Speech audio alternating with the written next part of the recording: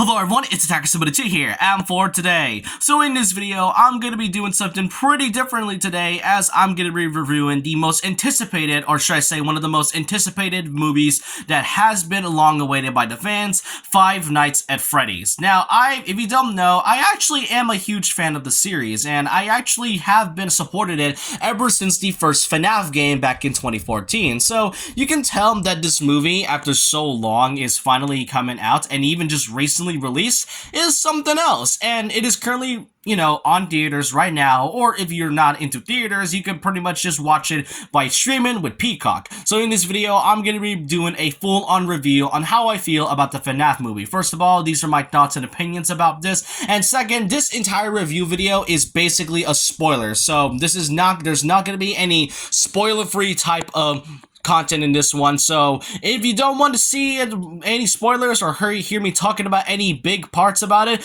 then I highly recommend getting out of the video as soon as possible and watch the movie either at theaters or stream it at Peacock. So with that, let's go and get started with the review of the Five Nights at Freddy's movie.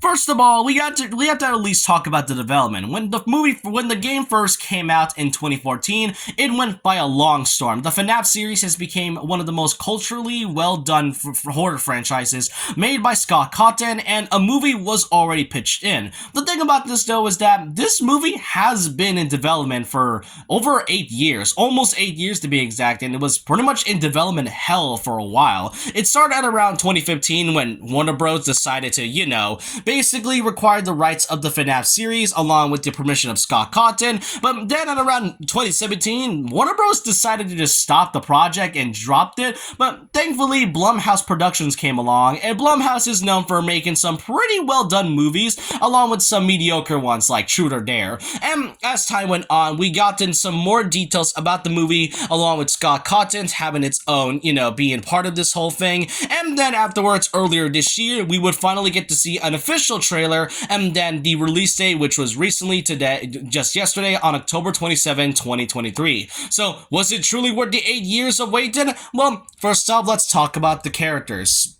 So, Mike Schmidt, the main character of this movie. Now, personally, I do like Mike's character in this one, and one of the more notable parts about his character was the fact that he was trying to forget the whole incident of when his little brother Garrett was kidnapped by a mysterious stranger back when they were just kids. And since that incident, he's been getting like random nightmares and sort of paranoid. There was that one part in the movie where he thought that there was some kid getting kidnapped by a man, when it turns out to be his own father, and when he ran at the father, he basically punched him a bunch of times with no hesitation in a fountain of all things. And not only that, he's also a character that is, struggling with debt and basically eviction notice, along with some familial issues with his little sister Abby, and along with his mentally deranged aunt and all, and he always has to hire a babysitter, he has no job, and I will say that in terms of his character arc, it definitely felt like it was all over the place, and especially him forgetting about his little brother and all, but I personally do like Mike's character as a whole. What's even better is that I do recognize the actor as that one kid from that movie, Zathura, I think that's what it's called, but yeah, I do like Mike's character. I feel like his character arc felt sorta complete in some cases. And speaking of his sister, Abby, now, personally, she had a pretty terrible beginning. I don't really know what was her problem to begin with her brother at all, but she definitely had a good ending in terms of its development, and that's what I personally like about it. Her interaction with the animatronics are so wholesome, as I kind of forgot that the animatronics are even... I kind of forgot that the animatronics have kids' souls in it, which, yeah, definitely sounds weird out of context, but then again, it is a wholesome part given the fact that the animatronics, this is the first time they've seen a kid in so many years, and it definitely feels heartwarming. The montage scene, though, I wasn't really a fan of. It makes me question what was even going on, but overall, had a pretty okay beginning, but nice ending to fit her character arc. Then we get to Vanessa, who is revealed to be William Afton's daughter. Yeah, that's definitely gonna leave up to the lore.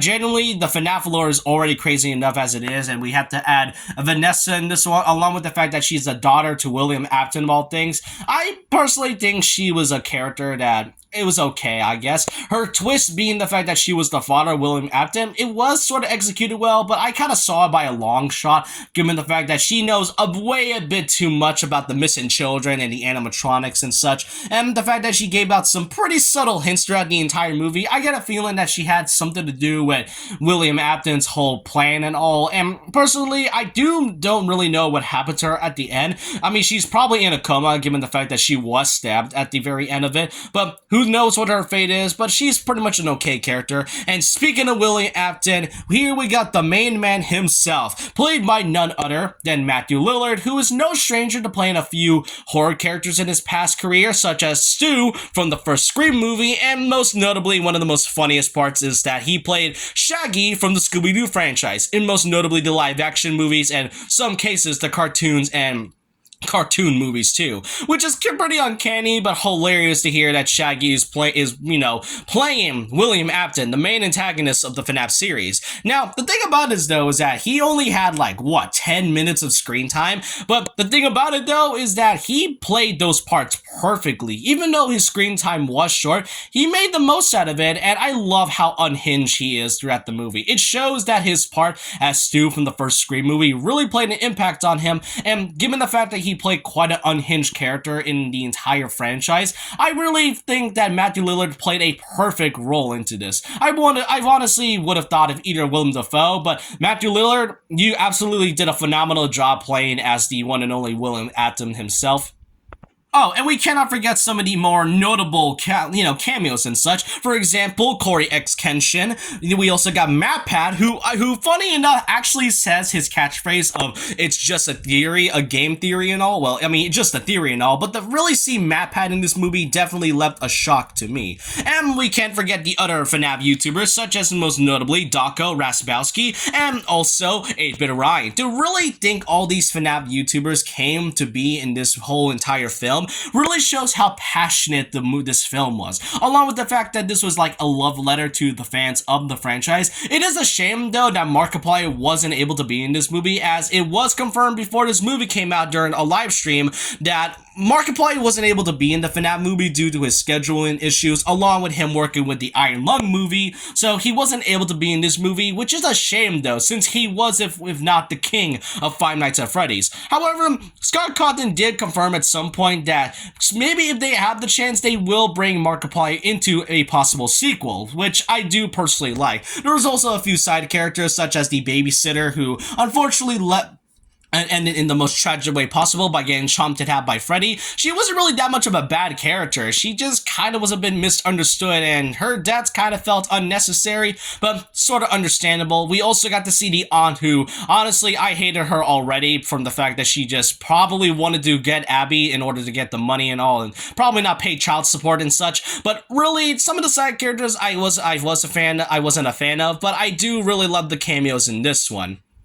And now we get to the main course of the film, the animatronics. Freddy, Bonnie, Chica, and Foxy. All of these animatronics are in this movie, and it's kind of surreal to see them in live action. What's even interesting and best about this is the fact that the Chica and the other animatronics, they are all accurate to the original games. Like, if you look at the Freddy animatronic, and then if you look at the ones from the games, you can tell that they absolutely don't look very identical to the games, which is something that you never really see. I love how in recent video game movies we get to see some characters being adapted into a more better version of the, well, I wouldn't say a better version, into a film adaptation, and it's kind of hard to tell whether I like the video game version or the movie version.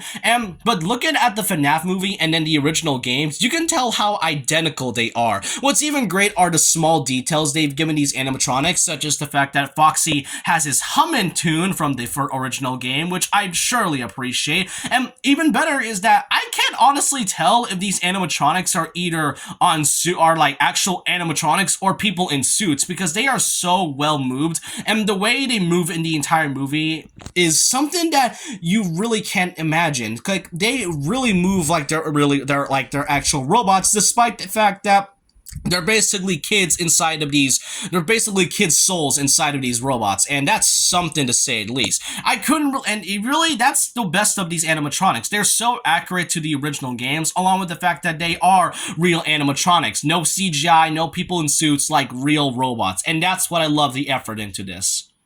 I mean, heck, they actually made the Spring Bonnie suit a well-made one. I mean, look at this. You even got the silver eyes like Springtrap has in the third game, and that's what I like about it. And it's great from the fact that obviously Matthew Lillard played a phenomenal role in this one.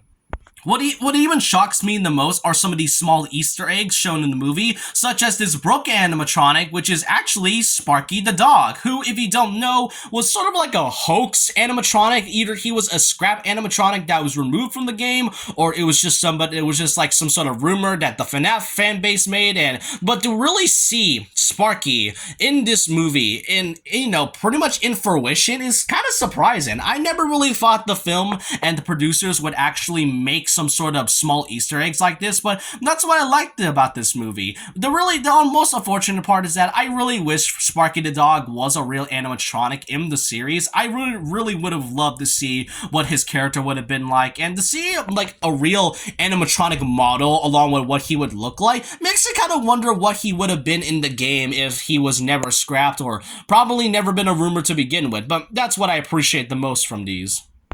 Now we get to the plot of the movie. Now, this is kind of where the pros and cons come in the way, because there are some mixed feelings I have about the plot. It is decent all around. We all know the recent IGN review where they gave this a 4 because it isn't really, matching to the original FNAF games. Like, what, do they expect this movie to be an hour 40 minutes of them looking at the cameras? That would definitely be an engaging series. That would definitely be an engaging film to watch, along with the fact that Rotten Tomatoes critics scores have gotten to 26%. However, those critics don't really matter as much. What mostly matters is the audience's own perspective. And from my perspective, I think the plot was all in all decent. But there were some parts where I feel like that it was building up to something, and then there was the fact that they didn't really resolve it at all. It definitely felt like it was all over the place. Like I mentioned with the whole Garrett being kidnapped, and Mike trying to get rid of his, dream and letting go of Garrett's, incident back then. All I'm saying is that there were some parts where I feel like, it definitely felt like it didn't really need to be resolved. The whole William Afton and Vanessa plot twist, it was interesting, but it kind of makes me wonder on her whole entire role in the movie. If anything, I know the Security Breach fans might be happy right now, but overall, I think the plot is something. Her, Abby, working together with the animatronics was something I never thought I'd see, given the fact that after nearly over almost a decade of the franchise, we've always seen these animatronics as sort of these misunderstood characters and all, but when it comes to the whole plot in general, I also don't really like the whole, side plot where Mike and Abby's aunt tries to, evict them or even try to take Abby away and all. It kind of felt like it was all over the place, which is one of the reasons why IGN gave this a sort of a 4. But in my perspective, I do think the plot was decently well made. It stayed faithful, and I really love the filming locations they went from. Most of the time, I kind of wish we'd get to see more of the animatronics, given the fact that they've only gotten 20 minutes of screen time. Like I mentioned, they do really get a great wholesome moment with Abby as a character, and that's all I can really say about the plot. Nothing too special, but it definitely felt like it was a faithful rendition of what we know as the FNAF series, and the best of them all is the fact that the credits was playing the living tombstone. It is so incredible to see how a fan-made song made it into an official film. This is not even the official song for the FNAF series, but we FNAF fans can treat the living tombstone of the first game as, if not the official theme song. And to really see this coming into the movie really shows how far the franchise has come. From a small indie franchise to basically one of the biggest video game series that we we've known in after all. And pretty much I can't wait to see what the series has in the future. It has been confirmed that they already plan to make a sort of sequel at some point, which it's unknown whether they're gonna make a sequel of this specific movie or make a sequel like they did with Five Nights at Freddy's 2, where it's kind of weirdly enough that the FNAF 2 is technically a prequel to the first game, which means they're making a sequel to the sequel of the prequel, which it's already weird enough as it is. FNAF lore is already insane enough as it is, and I don't think I want to get into that really, but overall, from my personal experience, I do think some of the characters were okay. Mike and Abby had some pretty great moments. The animatronics are pretty well done. I do think the plot felt like it was kind of all over the place, but there were some that I do enjoy. The Living Tombstone really bumps this score up to around a 7.3 out of 10. So, the question is this truly a faithful movie that you should watch? Yeah, definitely. If you're a huge fan of the FNAF series like I have, then I really think you should see this movie, and I will only give this a 7.3 out of 10, as I feel like some parts felt either slow and kind of boring in some cases, if I have to be honest with you myself, and I can't wait to see what the FNAF series has in store for us in the future. Next year will be its 10th anniversary, along with the fact that we're going to get the upcoming game, which is FNAF Health 1 and 2. We recently got in FNAF Security Breach Ruin DLC earlier this July, along with the whole thing, and it's great to see how Scott Cawthon came this far as the franchise. It was a shame that he did retire last year due to some controversies and all, but I want to say this, Scott Cawthon, Blumhouse, I want to thank you for making this movie to be a thing. FNAF series as a whole, and it's crazy to me that I have been part of this franchise since the very first game. I remember seeing how popular this was when Markiplier played this, and to really see from having an indie game to now a full-on film really shows how far this franchise has gone through. But I want to know all your thoughts and opinions down below about this. What do y'all think of the Five Nights at Freddy's movie as a whole? Do you think it's a good movie? Do you think it's a great movie? Do you think it's a mediocre one? I want to know all your thoughts and opinions down below about this. And so with that, leave a like, comment, subscribe, hit the notification bell for more videos, follow my Twitter, and I'll see you guys next time. And remember this, once a legend, always a legend.